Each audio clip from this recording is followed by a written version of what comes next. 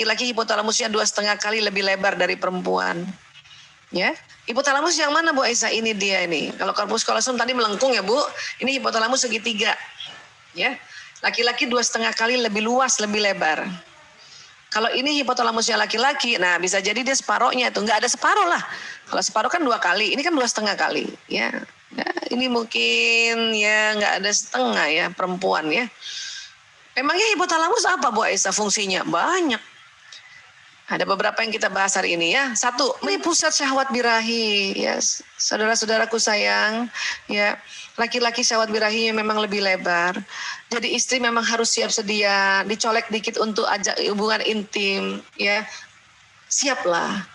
Tapi kan capek Bu Aisyah, mana saya yang kerja, saya urusan rumah, anak-anak PJJ. Ya terus gimana? Kalau memang ibu nggak mau, gimana? Kecuali ibu mens, kalau mens itu jelas. Dan laki-laki juga sudah paham kalau mens, dan dia tahan diri. Tapi kalau lagi nggak mens, si suami udah kepengen banget hubungan intim. Si istri menolak, itulah makanya kita dilaknat malaikat. Malaikat itu nggak ada nafsunya, ngelihat istri nolak suaminya, dilaknat. Itu perumpamaannya, bayangin yang nggak punya nafsu aja marah banget sama kita. Nauzubillah min dzalik. Tapi capek banget Bu Aisyah. Itulah makanya harus juga minum kayak madu, kayak herbal, kayak apa kayak ya olahraga sedikit biar fresh, bugar, relax dan niatkan tadi ya Allah. Saya istri soleha ya Allah. Kapanpun suamiku minta untuk hubungan intim suami istri, mohon kekuatan pada diriku ya Allah. Ya, kan tadi kita udah belajar. Minta sama Allah. Nanti Allah akan kasih kekuatan, Masya Allah. Kenapa? Malaikat itu mendoain kita. Tahu-tahu kita punya kekuatan. Birahi kita juga naik. Dan akhirnya menemukan kepuasan. Bu Aisyah, saya nggak bisa Bu Aisyah. Saya ada cancer. Saya ada cancer mulut rahim. Nah itu harus dibicarakan sama suami. Suami yang bijak ya dia sangat-sangat paham. Gimana caranya Bu Aisyah untuk saya juga mau bantu suami saya supaya birahinya tersalurkan. Tapi nggak perlu dengan saya carikan perempuan untuk jadi istrinya. Ya ibu harus pintar, harus cerdas. Gimana caranya? Ya tentu mungkin tidak lewat vagina kah? Itu bisa kok.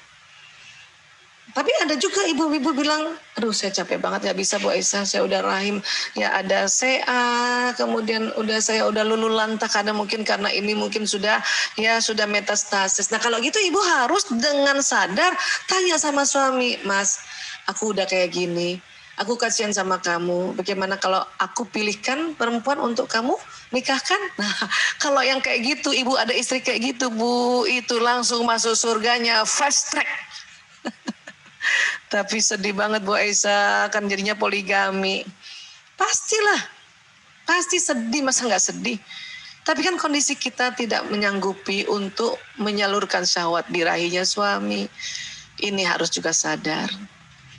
Bu Aisyah, saya sehat walafiat, setiap diajak juga saya mau, tapi suami juga mau poligami. Nah, itu yang lain itu yang beda, itu yang perlu diajak bicara baik-baik.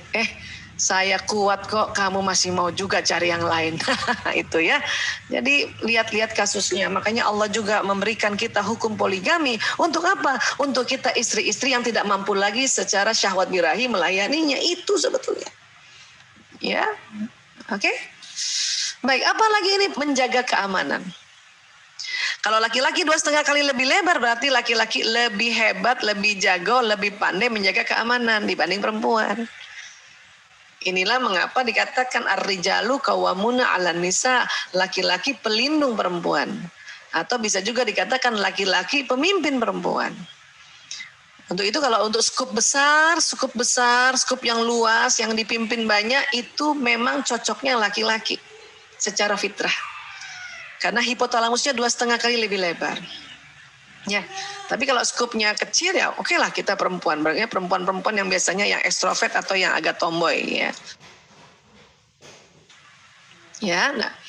Jadi laki-laki itu sejak kecil pun dia jago jaga keamanan. Anak laki-laki walaupun masih kecil dan laki-laki suka bermain, tapi kalau ibunya sakit, anak laki yang jagain dibanding anak perempuan. Anak perempuan sih cuma nanya, "Ibu kenapa? Ibu kenapa?" Anak laki enggak banyak tanya. Udah. Ibu mau tidur. Udah aku jagain di sini, itu kata anak laki. Ya, makanya mengapa anak laki-laki itu dekat sekali sama ibunya. Kenapa anak laki-laki tidak jagain bapaknya? Karena bawah sadar anak laki-laki itu ya merasa bahwa bapak nggak usah dijagain. Kenapa? Karena dia juga punya hipotalamus. Ngapain jagain bapak yang hipotalamusnya lebar juga? Begitu anak laki-laki bawah sadar mengatakan itu. Tapi kalau udah sadar, udah belajar kayak gini, baru ngerti, oh pantesan gitu. Itulah makanya bapak-bapak jagain anak perempuannya.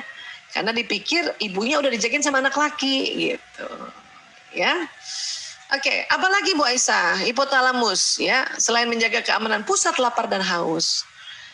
Jadi supaya ngomong efektif sama suami atau anak laki-laki ya, khususnya ya perhatikan makan minumnya. Pantang nasihati anak laki dalam keadaan lapar dan haus. Suami kalau pulang yang paling suka ditanya adalah, ayo udah makan ya? Walaupun kita tahu dia pergi makan, tanya itu karena dia pas banget dengan otaknya. Aku udah makan, mau makan lagi? Nggak usah, oh ya udah. Ya, dan baik-baik itu perhatikan pusat lapar hausnya ini besar nih ya. Makanya kalau anak laki-laki pas lagi saum, lagi belajar saum di Ramadan, anak laki-laki itu jam 3 aja udah merengut mukanya karena dia lebih lapar daripada kita. Ya.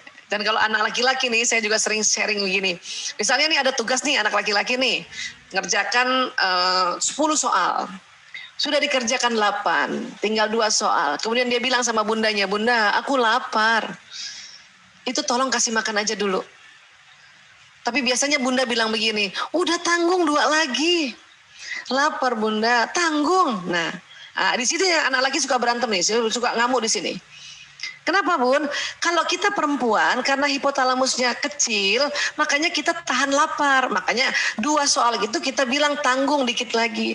Tapi anak laki kalau dia bilang saya lapar, itu berarti sudah setengah jam dia tahan lapar dan hausnya bun. Jadi lebih baik kasih makan dulu. Dengan bikin janji, abis makan kerjaan dia ya. Itu akan cepat, gak perlu bertengkar, gak perlu ngamuk. Ini yang perlu kita harus tahu, karena yang kecil-kecil ini kadang kita bertengkar. Suami juga begitu. Ya bantuin dong Mbak ya. Aduh aku lapar. Ya tanggung ya, bantuin dulu. Ini angkat koper. Aku lapar. Tuh itu berantem nanti suami. Ya tolong angkat koper. Aku lapar. Oh ya deh kalau gitu ayo makan dulu. Abis itu bantuin ya. Gitulah supaya kita paham tentang mereka. Ya. Kemudian apa? Pusat tidur. Jangan heran bapak-bapak yang lebih cepat tidur. Walaupun ibu-ibu yang bangunnya lebih cepat, jangan heran. Kenapa? Ini memang pusat tidurnya lebih lebar. Jangan heran juga anak laki-laki itu, ya apalagi anak laki-laki remaja itu suka tidur-tiduran sambil pelajaran PJJ. Gak usah heran. Kenapa? Pusat tidurnya memang lebih lebar. Kenapa? Karena dipersiapkan untuk bisa kerja besok hari lagi. Ya Bu Aisyah, saya udah nungguin. Masa dia gak jadi hubungan intim sama istri? Biarkan tidur dulu Bu. Nanti tengah malam dia bangun itu lebih libidonya naik, birahinya naik. Jadi kita yang nggak tidur nggak apa-apa, hipotalamus kita kecil, ya perempuan aja ya tidur aja otaknya kerja gitu. Kalau laki-laki karena hipotalamusnya lebar, kalau laki-laki tidur 70% otaknya off, 30% yang on. Tapi perempuan karena hipotalamusnya kecil, nggak ada setengahnya ini. Kalau lagi tidur 90% otaknya aktif, 10% yang off. Itulah makanya kita dengar apa aja. Anak masuk kamar dengar, anak nangis dengar. Ya. Kadang jengkel kalau lihat bapaknya tidak bangun-bangun padahal anaknya nangis. Padahal memang bapak nggak dengar. Ya. Ini fitrah yang Allah desain. Makanya kalau kita marah-marah terus sama laki-laki, apalagi kena fitrah, ini berarti kita marah sama Allah. Ya Allah, astagfirullahaladzim, na'udzubillah min dzalik. Itulah cepat-cepat kita belajar ya.